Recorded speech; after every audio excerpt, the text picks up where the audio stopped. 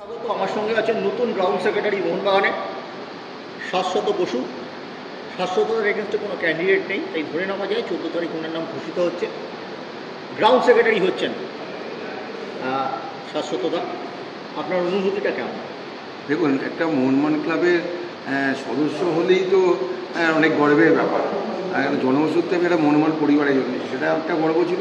তারপরে যেদিন আমি মোহনবাগানের আমি সদস্যপদ পেয়েছি, সেটা আমার কাছে খুব গর্বের দিক। আর আজকে মোহনবাগান ক্লাবের যেখানে গ্রাউন্ড সেক্রেটারির মতো এত বড় একটা সম্মানজনক পোস্ট আমি পেয়েছি, তাতে আমি আমার যে সেক্রেটারি আমাদের সঞ্জয় বোস এবং আমাদের প্রেসিডেন্ট যিনি হতে চলেছেন দেবাশিস দত্তর কাছে কৃতজ্ঞ, কারণ তারাই আমাকে মনোনীত করেছে। আমি চেষ্টা করব যারা পুরনো দিনের আমাদের যারা গ্রাউন্ড সেক্রেটারি ছিলেন তারা এক একজন দিকপাল বলা যেতে পারে। আমি চেষ্টা করব যেটুকু আমাকে কাজ করবার যে সুযোগ আমি পাবো, আমি চেষ্টা করব যাতে আরও ভালো করে মোহনবাগানের নাম যাতে আরও বেশি উজ্জ্বল হয়, সেটা করার চেষ্টা করব। অনেক ধন্যবাদ।